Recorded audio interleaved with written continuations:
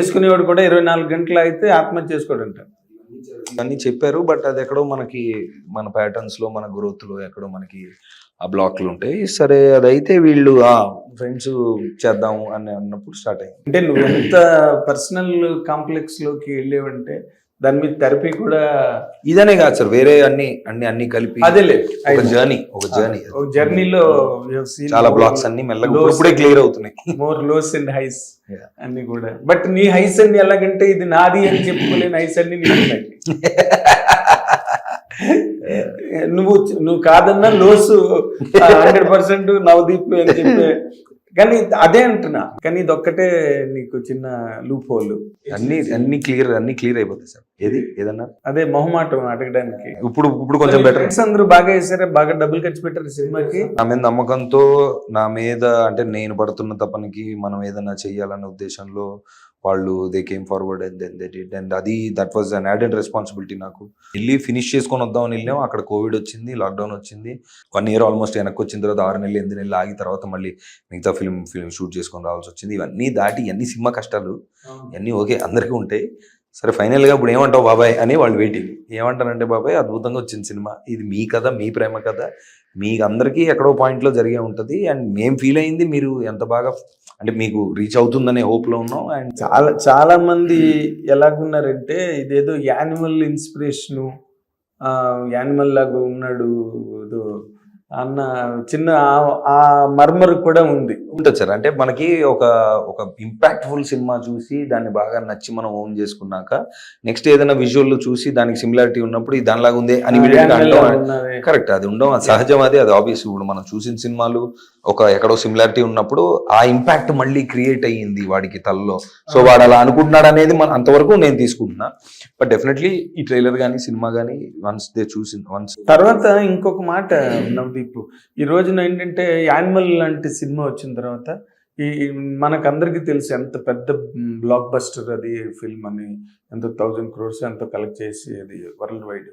ఆ సినిమా గురించి రాజ్యసభలో కూడా మాట్లాడేసుకున్నారు, గొడవలు పడిపోయారు. ఎలా రిలీజ్ చేపిస్తారు ఈ సినిమా, అలాగా ఈ దేశ భవిష్యత్తు యువత పిల్లలు ఏమైపోతారని రేంజ్లో దాని మీద గొడవలు జరిగాయి. అయితే ఆ కైండ్ ఆఫ్ సీన్స్కి, ఆ కైండ్ ఆఫ్ ఓవర్ డోస్కి ఆడియన్స్ బాగా అలవాటు పడ్డారు. నవ్వి ఇట్స్ ఎ ట్రూత్. మనం ఏమాత్రం మొహమాట పడో లేకపోతే కన్వెన్షనల్గా పద్ధతిగా చేయాలి సినిమా అనుకుంటే మాత్రం జనాలకి అస్సలు యాక్సెస్ టు కంటెంట్ పెరిగిపోయింది సార్. ఇప్పుడు వాళ్ళు స్పానిష్, ఫ్రెంచ్, అన్ని అరబిక్, కొరియన్ అవి కూడా అక్కర్లేదు నవదీప్, మన రీల్స్ చాలు. రీల్స్ మన ఓటీటీలో వచ్చే హిందీ సీరియల్స్ అసలు ఓవర్ డోస్ రైట్. మనకు జయసూద్ గారు కూడా ఇంటర్వ్యూలో దాని గురించి మాట్లాడారు. Over dose sex, illegal contacts, everything, దాంట్లో లేనిది లేదు. ఇప్పుడు మీ సినిమాలో ఆ యానిమల్ అప్రోచ్ కానీ లేకపోతే ఆ అవుట్ ఆఫ్ ది వే వెళ్ళి ఏదో ఒక ఆడియన్స్ ఊహించని సీన్లు అలాంటివి ఏమైనా ఉంటాయి జనరల్ లవ్ స్టోరీలో? అలాగేం లేదు సార్, కాకపోతే ప్యాషనేట్ లవ్ స్టోరీ సార్. అంటే ఇప్పుడు ఎంత అంటే అందరూ ఈ మాట చాలా మంది చెప్పారు. సో నాకు చెప్తుంటేనే నాకు ఎంతైతే కథకు అవసరం అంతే ఉంది అని చెప్పడం అందరికి అలవాటు అయిపోయింది. సో నేను అలా చెప్పను, కానీ అలా అని బోల్డ్ కంటెంట్ ఉందా అంటే అవును బోల్డ్ కంటెంట్ ఉంది, అది కాదు సార్. నా పాయింట్ ఏంటంటే ఒక మేఘాలయ మీరు వెళ్ళారు, ఒక వాటర్ ఫాల్ దగ్గర ఒక వయసులో ఉన్న ఒక అందమైన జంట, అందమైన అమ్మాయితోటి మనుషులు ఎవ్వరూ లేని ప్రదేశంలో భయంకరమైన ప్రేమలో ఉన్న రియల్ లైఫ్లో ఉన్న ఇద్దరు మనుషులు ఎవరూ లేనప్పుడు ఒక వాటర్ ఫాల్ దగ్గర ఎలా ప్రవర్తిస్తారు ప్రేమలో ఉన్నప్పుడు, అదే చూపించాం. అది కథకు అవసరమా, ఇంత అవసరమా స్క్రీన్ మీద అనేది అంటే. కానీ ఇందులో నాకు అనిపించిన అందం ఏంటంటే సార్, నా సినిమాని నేను చెప్పుకోవడం పక్కన పెడితే ఊరికి ఒక మాట అంటాను, ఆ తర్వాత చూసిన వాళ్ళు కూడా అంటే ఓకే శబాస్ అంటారు, లేదంటే వీడు కూడా అందరిలా చెప్పాడు అనుకోవచ్చు, అది నాకు తెలియదు ప్రస్తుతానికి. మేము ఏదైతే చూపించామో అది మీరు కథలో అంటే it has according to me, ఒక అమ్మాయి అబ్బాయి రొమాన్స్ చేసుకుంటున్నారు ఒక కొండ మీద, రొమాన్స్ చేసుకుంటున్నప్పుడు ఒక రకమైన బట్టలు వేసుకున్నారో లేదా బట్టలు వేసుకోలేదో ఇలాంటిది ఏదో జరుగుతుంది.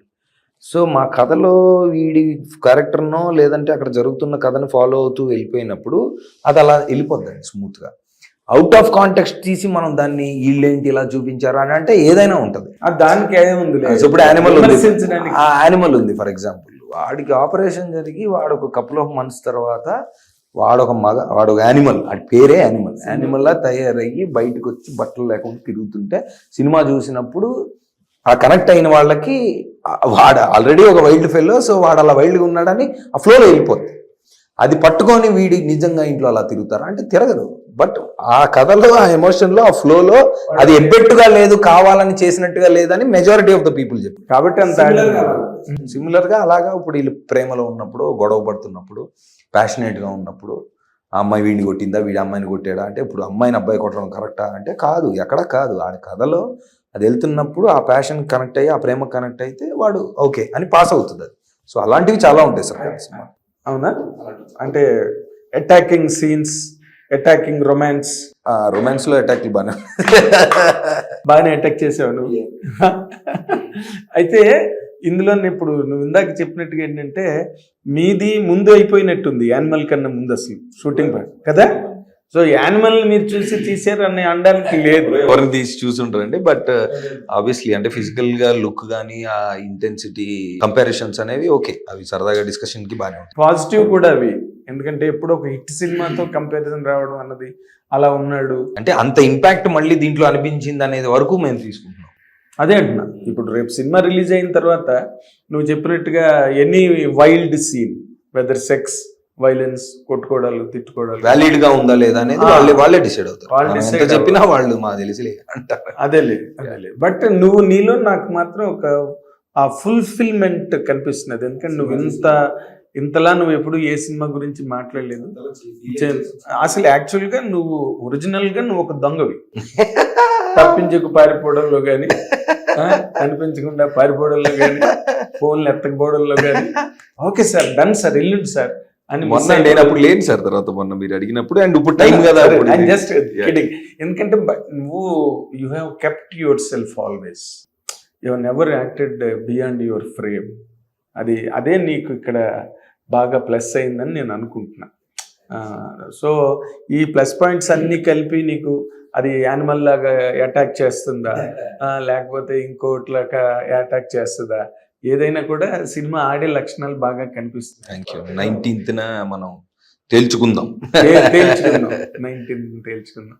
అండ్ 100% ఈ సినిమాతో మళ్ళీ నీకు హీరోగా బ్రేక్ వచ్చి ఒక చందమామ లాగా పెద్ద బిగ్గెస్ట్ బ్లాక్ బస్టర్, అయితే నువ్వు యాక్ట్ చేసిన అలవైకుంఠపురంలో సగం చేసిన గ్రేటెస్ట్ సినిమా అవుతుంది 100%. సో హిట్ టీవీ తరఫున హిట్ కొట్టాలని కోరుకుంటున్నారు. హిట్ కొట్టాలని, అది 100% ఆల్ ది వెరీ బెస్ట్. ఇది ఈ క్యాండిడ్ నవదీప్ ఎప్పుడు తెచ్చిపెట్టుకుని మాట్లాడడం కానీ, లేకపోతే ఎవరినో మెప్పించాలి, మురిపించాలని అతిశయోక్తులు, అలంకారాలు మాట్లాడడం కానీ అలవాటు లేని నవదీప్ మనసులోంచి వచ్చిన నిజమైన మాటలు ఈ సినిమాకి సంబంధించి. ఈ సినిమా ట్రైలర్ కూడా చాలా బాగుంది. And you enjoy in the theatre. ఓటీటీలో మళ్ళీ చూసారు, థియేటర్లో చూడలేదని బాధపడకండి. 19th సినిమా థియేటర్లోని సినిమా చూడండి. Good luck, all the best.